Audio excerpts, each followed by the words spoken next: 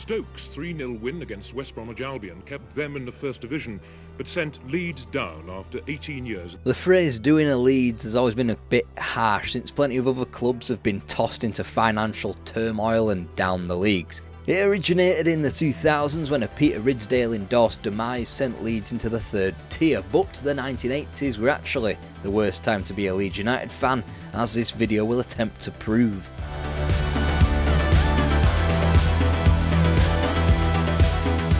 As the board debated whether or not they should keep Jimmy Armfield, they wouldn't.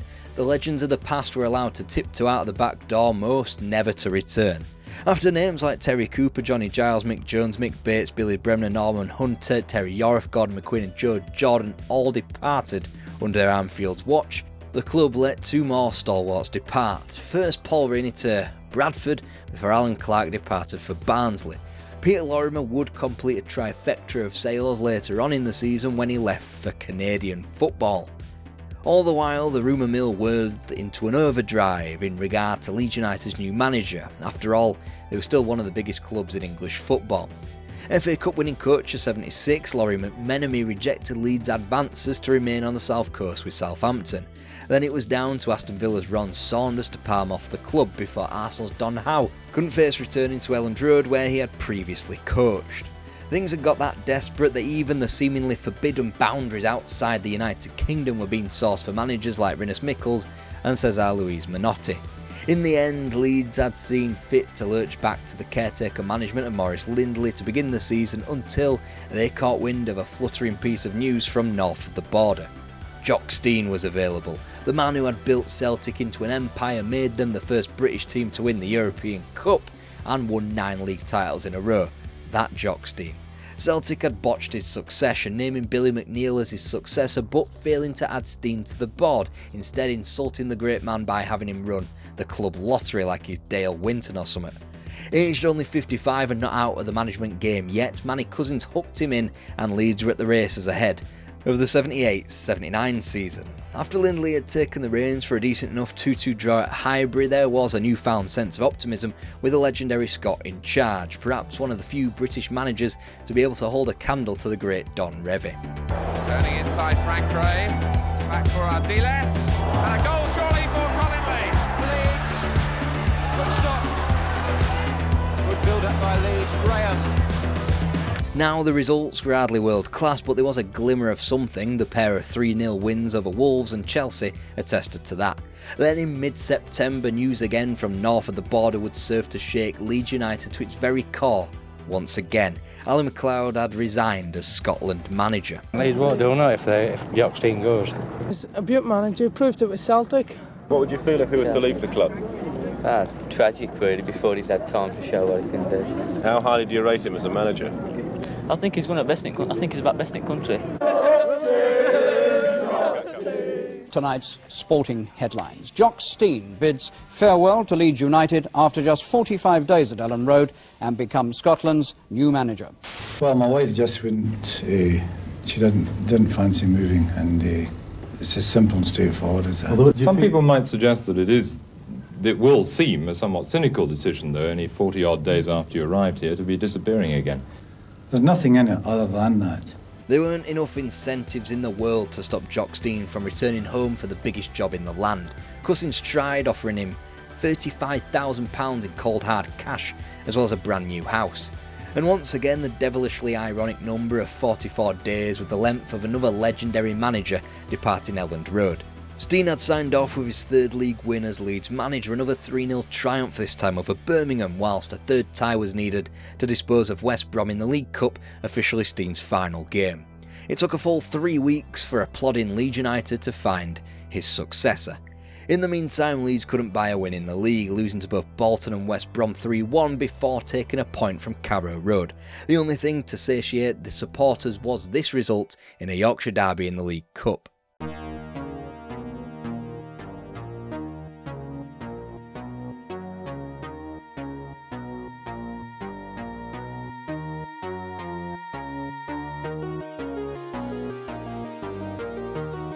It papered over the cracks. The long wait to discover a new manager was enough to outrage the fans, but when the man now tasked to lead the club into a new decade was announced, they should have gone bananas.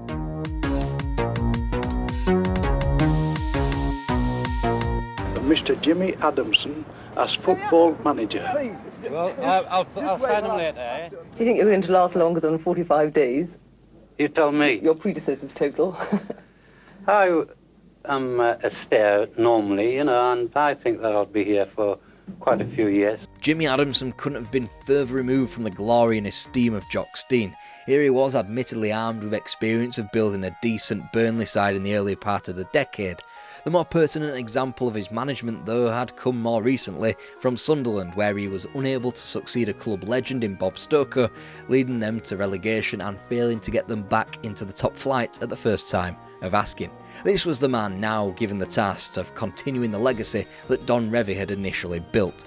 With Tony Curry installed as a new captain ahead of predecessor Trevor Cherry, the reign began brilliantly.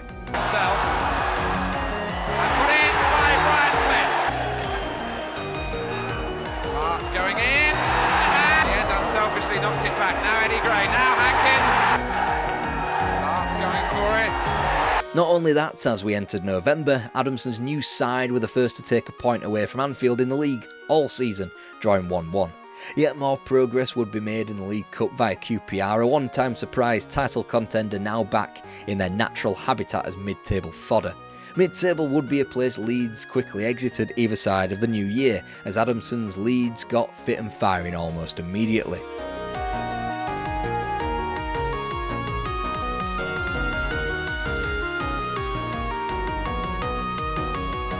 Adamson had discovered the club 15th in the lower reaches of the division back in October. Now, with a League Cup semi-final on the horizon against Southampton and safely through in the FA Cup third round, they occupied 5th. It was only really the fact that they had played more matches than their closest rivals and the fact that they were probably going through a bit of a honeymoon period that kept them out of the title talk in '79. It handed them even more importance over to the 2 fixtures over Southampton in late January, where a League Cup finalist would be decided.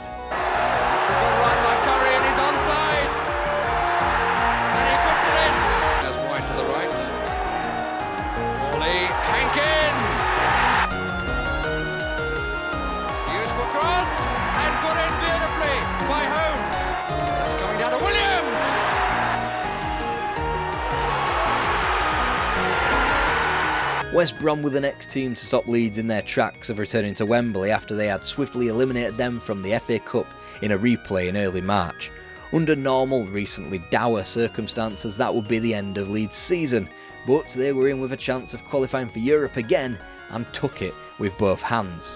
Looked at edge of the box, John Whale left foot, and Harley has no chance for Gates. It's there! But it's never really that easy with Leeds United, is it?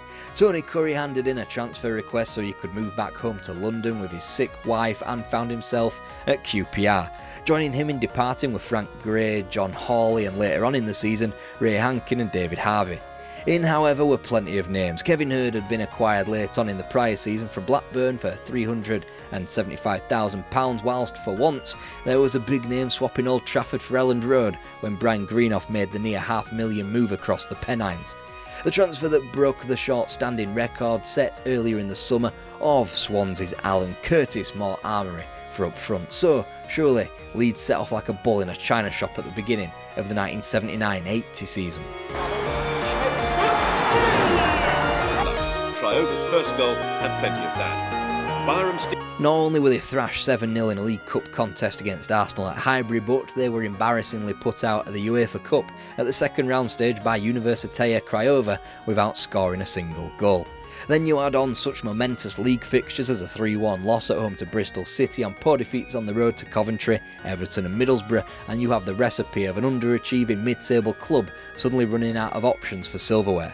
Then the FA Cup draw had a wicked sense of humour, pairing up Gray brothers and feeding Leeds to the reigning champions of Europe, Nottingham Forest.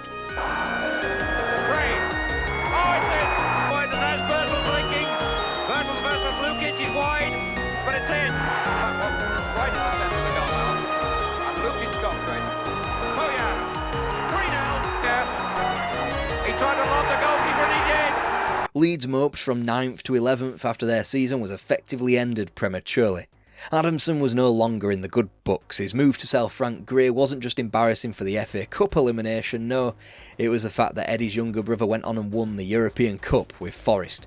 Then you got a load of cash thrown at players like Alan Curtis, Gary Hampson and Brian Greenough who couldn't stay fit, whilst John Hawley's replacement was sourced from Adamson's personal phone book, Wayne Entwistle, who would score a grand total of 2 league goals for Leeds. It wasn't that Adamson didn't have big ideas. He attempted to trigger Kevin Keegan's Hamburg release clause and wanted to bring Peter Wiv to Elland Road in a double deal that would have exceeded £1 million. Safe to say those funds could not be found for that little pipe dream, and Adamson was booted out not long into the 80-81 campaign.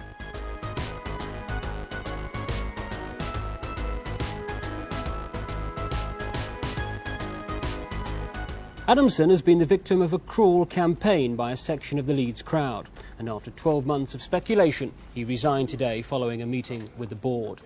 The players need a new lift, the club needs a new lift, the supporters need a new lift, and everybody connected with the club.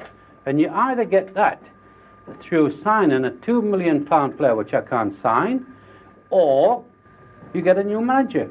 And I've decided, yeah, okay, get a new manager. He had got a striker through the door, though. We've got Maradona at home himself, Alex Sabella from Sheffield United. That splurge, combined with just 1 league win from his first 8 and elimination from the League Cup, ended Adamson's time at Elland Road. He gave way for Dave Merrington, put in temporary charge. Merrington, a man Eddie Gray lambasted as a bloody idiot, which in 1980 speak is just as violent as calling someone a fucking cunt these days. His departure led to the return of a prodigal son.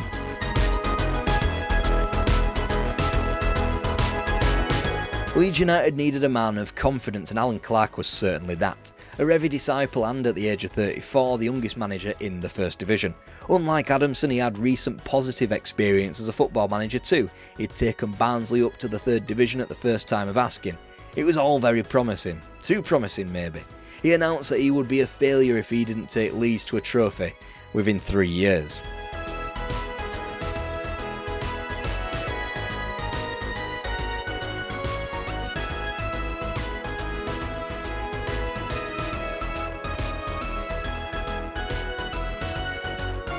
When Leeds weren't being resolute defensively and scrapping away to 1-0 wins against Man City, Everton and Palace, they were being slapped 4-1 at Rocco Park and by 5 away to Arsenal.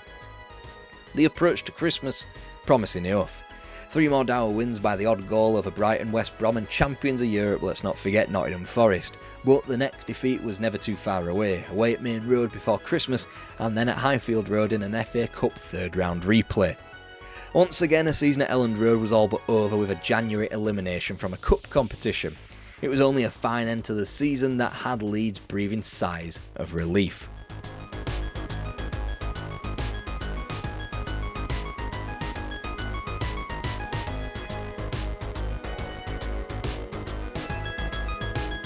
Top half safe in 9th, now was no time to judge Alan Clarke despite the fat new contract the board had handed him.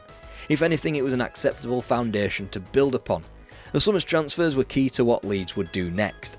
Out went Alex Sabella back to Argentina, whilst Clarke showed he wasn't shy to spend money, throwing nearly £1 million at West Brom for forward Peter Barnes after the rejections of Tony Woodcock and Joe Jordan. One man who did return was Frank Gray, as Nottingham Forest were pried open for both the former Leeds man and centre-half Kenny Burns. A positive enough summer, just a shame then that the football had to start at some point.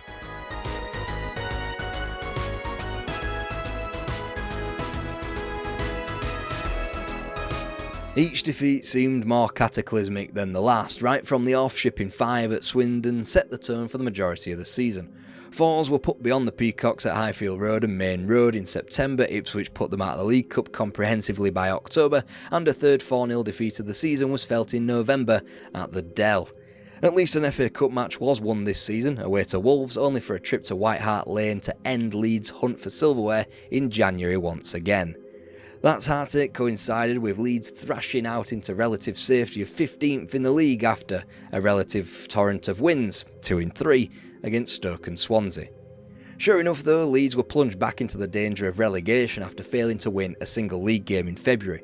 In fact, when they had made their trip up to Rocco Park on March 13th, they hadn't so much as scored in the league since January the 16th. That's 56 days and 6 matches ago.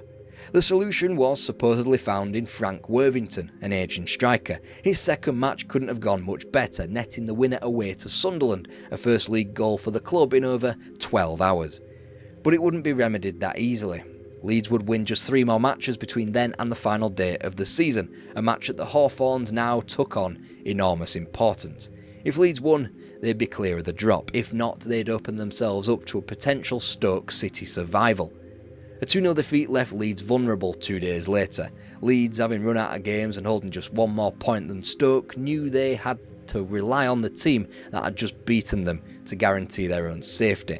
And because Leeds' poor goal scored record, even a point would be enough for the Potters to survive.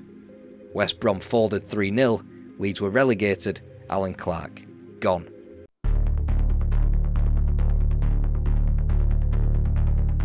It had been 21 years since Don Revie saved the club since becoming Leeds United manager. There was now very little evidence of his existence. Leeds' new manager was a Revie disciple in Eddie Gray, the former player chosen according to the man himself because he was cheap and convenient. What a way to fan the flames of optimism.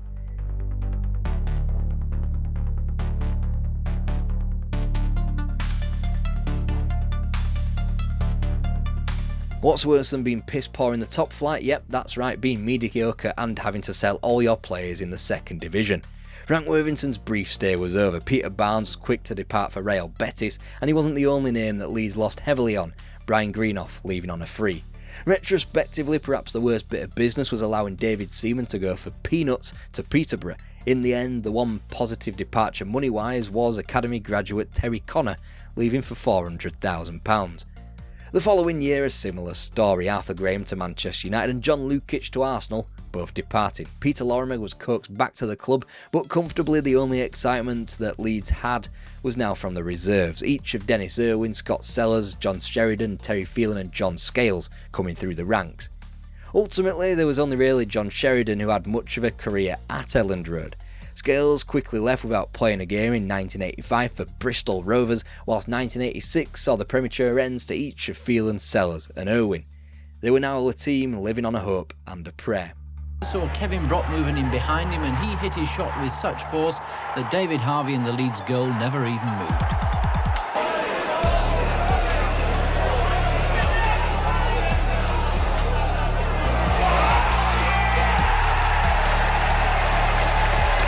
It was only Peter Lorimer's reinsertion into the team midway through the 1983-84 campaign that drove them back into the top half, and whilst the subsequent campaign began brightly, 4 wins from 4, the club's inconsistencies quickly bled through into what was an 8th placed finish.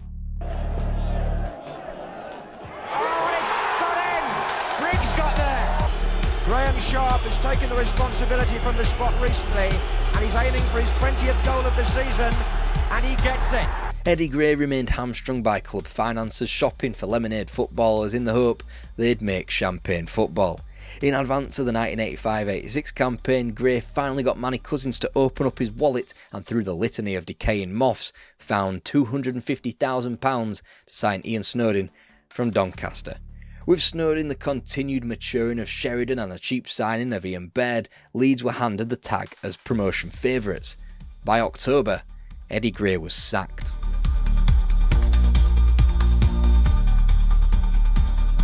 "14th in the league, there was no amount of League Cup wins over Walsall that was going to keep the board happy. Simply put, one Revie servant was exchanged for another, a third in a row, when Billy Bremner was acquired from Doncaster. Perhaps the most loyal Revie name, he was the man to take the Peacocks into the top flight again.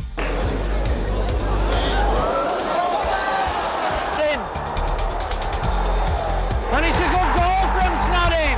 14th place was symbolic. It represented Leeds' worst finish since Revie's first full season in charge way back in the 1961-62 season.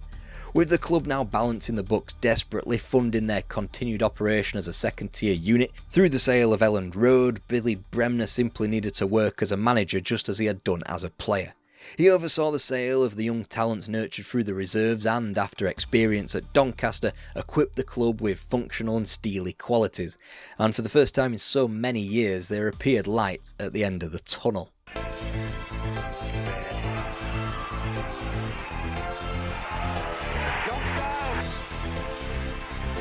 He scored in 12 minutes. On beat.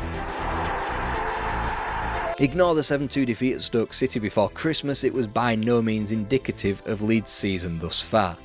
It didn't infer the club's next few months either, after losing at Ipswich Town on New Year's Day. With the club's early promotion ambitions dwindling, they wouldn't be on the receiving end of a defeat until March 21st. By which point the club was still well positioned with their game in hand to make a late assault on promotion thanks to this new thing that they were calling the playoffs, which gave teams as low as 5th a second chance at promotion. Not only that, but Leeds were busy dreaming of Wembley once again. That's a lovely cross.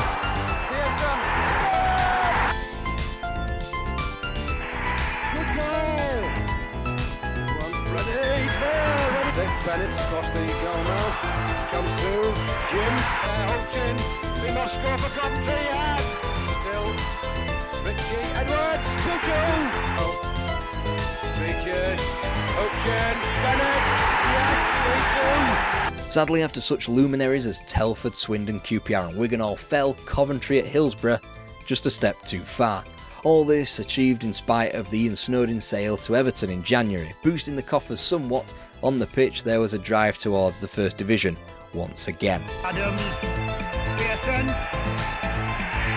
It's there. Speed. Trying to half volley. Oh, in the ball. Pearson. Richie. Sheridan. Yeah! Elland Road was being sold out once again. Bremner was making the club money from big sales, and low-cost, hard-working players were being bought, and they were seemingly on the cusp of the big time yet again. Wins over West Brom and Brighton to end the regular season spat Leeds out into the playoffs, a second chance at life, something exciting for the fans. Little did they know they'd be signing up for a lifetime of torment via the new format, and it all began in 1987. Edwards. Hazelwood, lots of deflection, Taylor, he scores!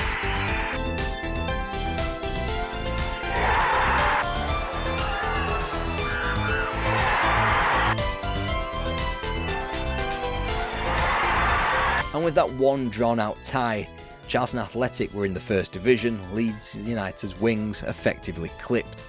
The recoil was massive. The 1987-88 season, despite selling and re-signing Ian Baird at a massive profit and being energised by the youthful reserve known as David Batty, was one of mid-table mediocrity, underscored with the tragedy of Don Revie's motor neuron disease diagnosis.